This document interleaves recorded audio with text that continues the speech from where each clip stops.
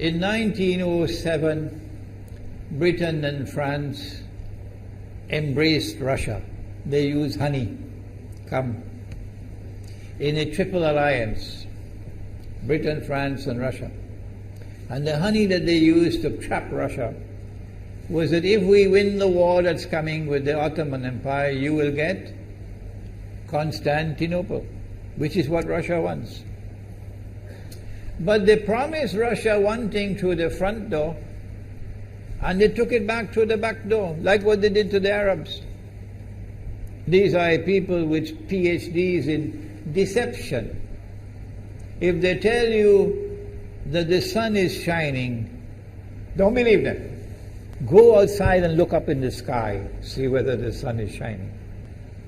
When the Russian army had fought in the First World War and had suffered the most losses, the brunt of the kill were Russians.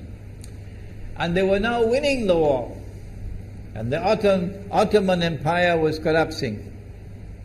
And the Russian army is only an arm's length away from Constantinople. They don't want Russia to get Constantinople. No. So what did they do? Russian Jews organized and executed the Bolshevik Revolution, which overthrew the Russian monarchy. They killed the Tsar and the whole family, overthrew the government, and took Russia out of the war. So the Russian army had to stop in its tracks and could not go to Constantinople. In other words, the Russian Jews stabbed Russia in the back. They did more than that. They brought communism. Communism is not Russian. These dum-dums don't understand that. Communism was created to destroy Russia. Why don't these dum-dums understand it? Communism is not Russian. Communism was created to destroy Russia, to destroy the Russian Orthodox Church. So they brought communism in the Soviet Union. And for the next 60, 70 years, this Zionist-created entity called the Soviet Union waged war on religion, waged war on the Russian Orthodox Church, killed the priests, closed down the monasteries and churches and so on. 60, 70 years. And then, when the appropriate time came and Israel came into being, it is this same Soviet Union which opened the doors for millions of Russian Jews to now migrate to Israel. If you go to Israel today, you might believe you're in Russia.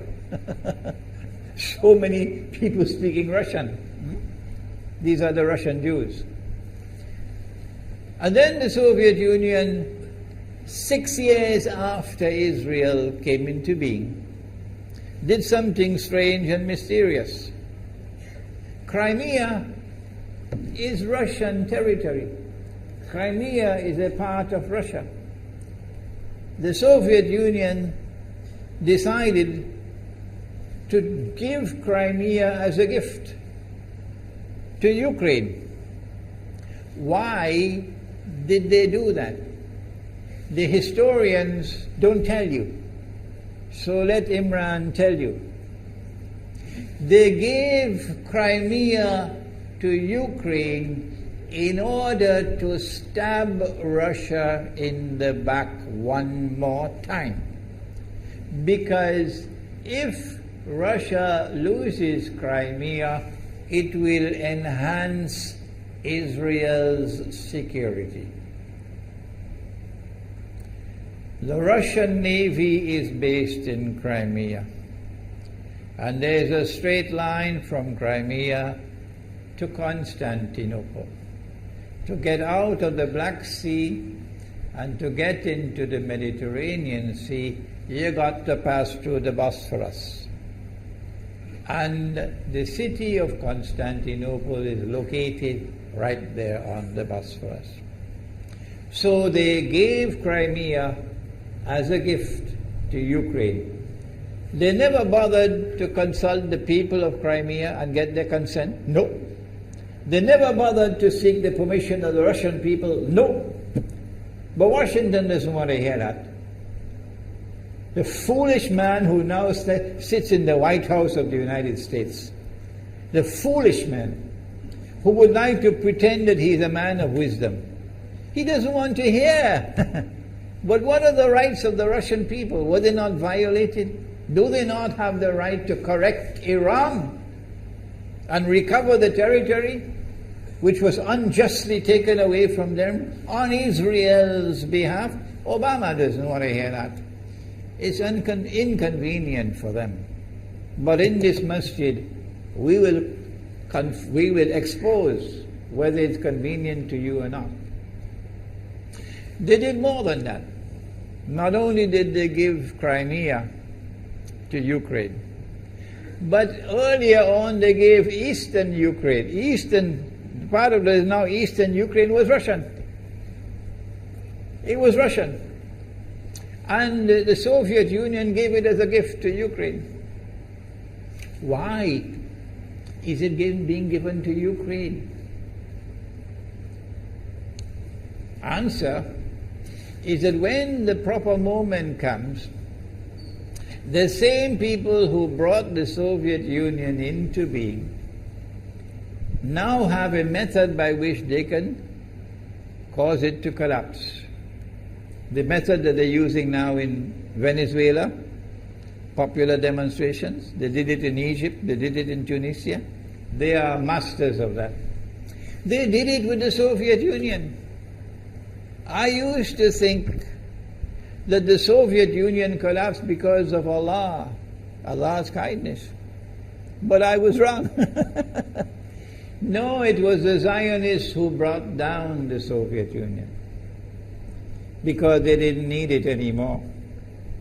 Like tomorrow they wouldn't need you anymore, Saudi Arabia. And they wouldn't need you anymore, Islamabad. When will you understand that? They'll just throw you to the dogs. You served them long enough. So they brought down the Soviet Union. Why? So that Ukraine might emerge as an independent state. That's danger for Russia. They prepared the way. And now Ukraine emerges as an independent state. So the rope is around Russia's neck now. And from that day, when the Soviet Union collapsed, until yesterday, the relationship between Russia and Ukraine was always problematic. But the people of Ukraine still had the good sense and wisdom to appoint a government that was pro-Russian. The Zionists decided it's time for us to use our, the street demonstrations. And last October, November, December, the world witnessed Caracas all over again. And eventually, the Zionists got what they wanted. You have the money, and you can send in your special people, snipers who will kill, and so on, throw petrol bombs and so on. And eventually they got what they wanted. They created enough havoc. May Allah protect Malaysia from that. Ameen. Ameen. And the president of Ukraine fled. He's a democratically elected according to your method, Mr. Obama, according to your system. He's a legally elected president of Ukraine. And he had to flee.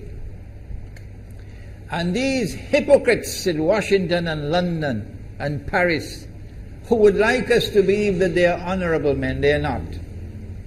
Instead of standing on the side of the legally appointed president and demanding the rule of law, they all showed their colors as hypocrites in immediately recognizing the new government in Ukraine.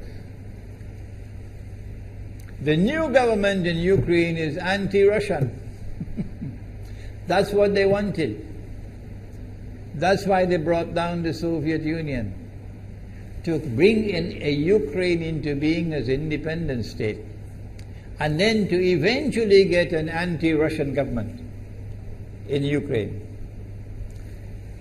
If by Allah's kindness Putin had not intervened and been so spectacularly successful, this is what the plan would have been. The new government in Ukraine would have joined NATO, and Russia could not stop it.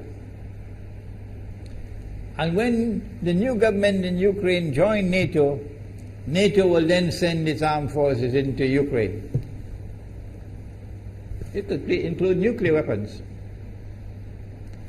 Then Ukraine will pick a fight with Russia and decide that Russia must now vacate Crimea. Shut down your naval base. The rope is now tightened around your neck. Russia has to put its tail between its legs and withdraw its fleet, Black Sea Fleet, from Crimea. Russia is no longer a naval power. Crick crack, you finish. And Israel will celebrate. That was the master plan. But Allah planned, and Allah's plan was successful. And it is time for the Muslim world to recognize and to see, I cannot influence governments, so what can I do? Don't bother, you waste your time with governments. But the people can understand that this was Allah's plan. They planned, the enemy planned for so long, and at the last moment Allah intervened. And Putin was able to get the people of Crimea to vote in a referendum. And they voted 90-something% in favor of returning to Russia. They were a part of Russia, and they want to return to Russia. So Putin was successful in delivering to the Zionist movement the first defeat it has ever suffered, significant defeat, in the more than 100 years since the Zionist movement was established. If that is not a sign from Allah, it's time for you to wake up.